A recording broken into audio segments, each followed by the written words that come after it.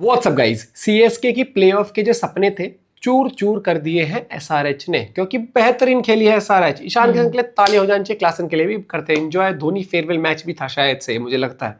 1-3 गो। अच्छा, मैं पूछ रहा था राहुल जी, चेन्नई वालों का सफर आईपीएल 2026 में क्या हो गया? खत्म। राहुल जी टेक्निकली तो सही नहीं बोल रहे हैं। चेन्नई का चांस अभी भी प्लेऑफ में पहुंचने का है, लेकिन उसके लिए ये कंडीशन है, फलानी टीम जो है अरे से हार जाए तो अभी आ जाएगी जो है ना सेमीफाइनल में पहुंच जाएगी। अब तो लाइट भी चलेगी, बहुत मुश्किल। कैसे जाएगी हम आपको वीडियो के एंड में बताएंगे, जरूर देखना। लेकिन उससे पहले और ज्यादा जरूरी बात करेंगे कि क्या धोनी रिटायर हो गए। सोशल मीडिया पर कल दिन भर इसी बात का हल्ला था कि धोनी ने कहा था कि चेन्नई में अपना आखिरी मैच खेलेंगे, और क्योंकि इस पूरे सीजन नहीं खेले और कल चेन्नई का आखिरी लीग गेम था, चेन्नई में हो सकता है वो खेल लें, ऐसा लोग सोच रहे थे।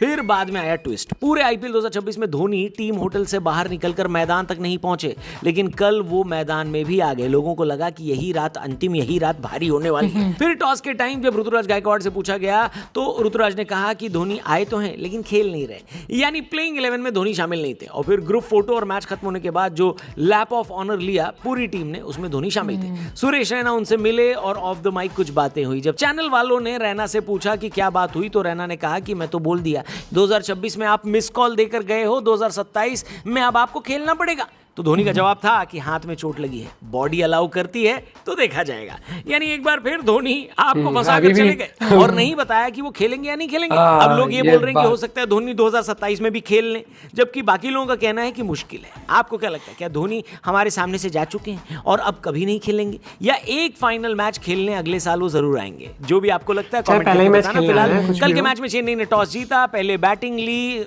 ऋतुराज गायकवाड़ यानी उनके कप्तान को लगता था कि यहां पर विकेट टाइम के साथ स्लो हो जाएगी। उनका ये वाला डिसीजन सही साबित हुआ, लेकिन पहले बैटिंग लेकर के बैटिंग करनी भी तो होती है ना भाई। चेन्नई के फैंस जो इस सीजन से पहले तक ये कहते थे कि ऋतुराज गायकवाड़ के साथ जस्टिस नहीं हो रहा, उनको इंडियन टी20 टीम में शामिल नहीं किया जा रहा, अब वो ये कह रहे हैं कि ये आदमी टी20 खेल ही क्यों रहे हैं।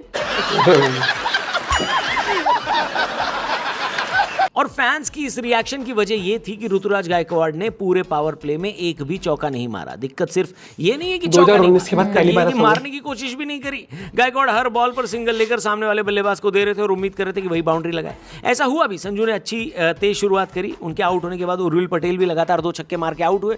फिर कार्तिक शर्मा ने अपनी तरफ से पूरी कोशिश करी, लेकिन मेरे हिसाब से इन तीनों की विकेट असल में ऋतुराज गायकवाड़ के खाते में लिख देनी चाहिए, क्योंकि उनके स्लो इनिंग की वजह से इन तीनों पर प्रेशर आया और ये अपना विकेट देकर चले गए। फिर जब गायकवाड़ ने पहला शॉट लगाने की कोशिश करी तो वो भी बाउंड्री पर कैच आउट हो गए। रन बनाए 21 बॉल में सिर्फ 15। मेरे हिसाब से यही चेन्नई की हार की बड़ी वजह थी और यहीं से चेन्नई के हार की कहानी लिखी जा चुकी थी। क्योंकि इमेजिन कीजिए 21 बॉल पर कोई बल्लेबाज 30 रन भी बना लेता तो चेन्नई के पास डिफेंड करने के लिए 15 रन एक्स्ट्रा होते, और मेरे हिसाब से 195 से 200 तक का टारगेट यहां पर डेफिनेटली डिफेंड किया जा सकता था।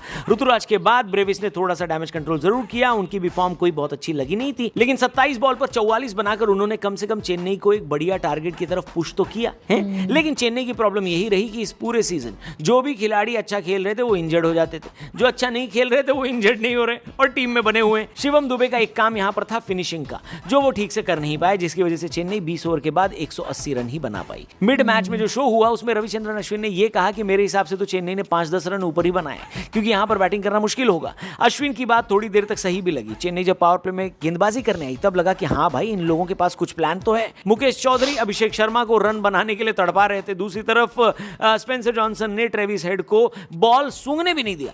हेड ने प्रेशर में आकर बॉल हवा में मारी, आउट हो गए। हैदराबाद को समझ में आ गया था कि यहां पर अपनी नॉर्मल क्रिकेट नहीं खेल सकते। पावर प्ले में 45 रन बनाए, 1 विकेट के नुकसान पर, जो बिल्कुल भी किसी एंगल से हैदराबाद का पावर प्ले स्कोर दिखेगा ही नहीं आपको। लेकिन तारीफ करनी होगी हैदराबाद वालों की कि चेन्नई की बेहतरीन बॉलिंग और मुश्किल पिच के बावजूद उन्होंने अपनी जो चेज थी वो बड़ी बेहतरीन तरीके से बनाई। पहले इनिंग में साकिब हुसैन ने चेन्नई वालों को परेशान किया था, वो भी बिहारी हैं। दूसरे इनिंग में ये काम दूसरे बिहारी ईशान किशन ने किया। ईशान किशन ने बहुत बढ़िया चेज बनाई और लगभग आखिरी में अपनी टीम को जीत दिलाकर ही आउट हुए। 47 में 70 बनाए उन्होंने। दूसरी तरफ क्लासन ने बढ़िया उनका साथ दिया। क्लासन की खूबी ये थी कि उन्होंने रिक्वायर्ड रन रेट को कभी भी एकदम पार जाने नहीं दिया और इसी वजह से हैदराबाद ने ये टारगेट 1 ओवर पहले बनाकर साइड में कर दिया। और जैसे कि हम आपको बता चुके हैं, हैदराबाद और गुजरात अब क्वालिफाई हो चुकी है, यानी 3 प्लेऑफ की टीमें हमें मिल चुकी है। एक और टीम बाकी है, ये टीम पंजाब, कोलकाता और राजस्थान या चेन्नई में से एक हो सकती है। सकती है। चेन्नई के फैंस अगर ये सोच रहे हैं कि उनकी टीम प्लेऑफ में कैसे जा सकती है तो मैं बताता हूं। राजस्थान अगर अपने दोनों मैच हार जाए तो वो 12 पॉइंट पर रह जाएगी। कोलकाता अगर अपना 2 में से 1 मैच हार जाए तो वो 13 पॉइंट पर रह जाएगी।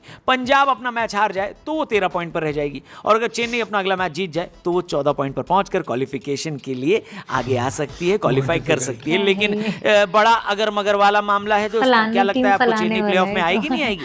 अगर नहीं तो चौथी टीम कौन सी होने वाली है? कमेंट करके बताना। हम आपसे राजस्थान, जहां तक मुझे लग रहा है Rajasthan. Thank you for watching. आज का भी मैच बहुत इंपॉर्टेंट है, उसके ऊपर कल वीडियो आएगी इसी चैनल पर। चैनल को दोस्तों क्या लगता है अब कौन सी टीम पहुंचेगी? बड़ा दिलचस्प है। जहां पर एक तरफा हम पंजाब को कह रहे थे और राजस्थान को कह रहे थे, अब इन दोनों टीम की आपस में लग गई है कि कोई एक ही जा पाएगी।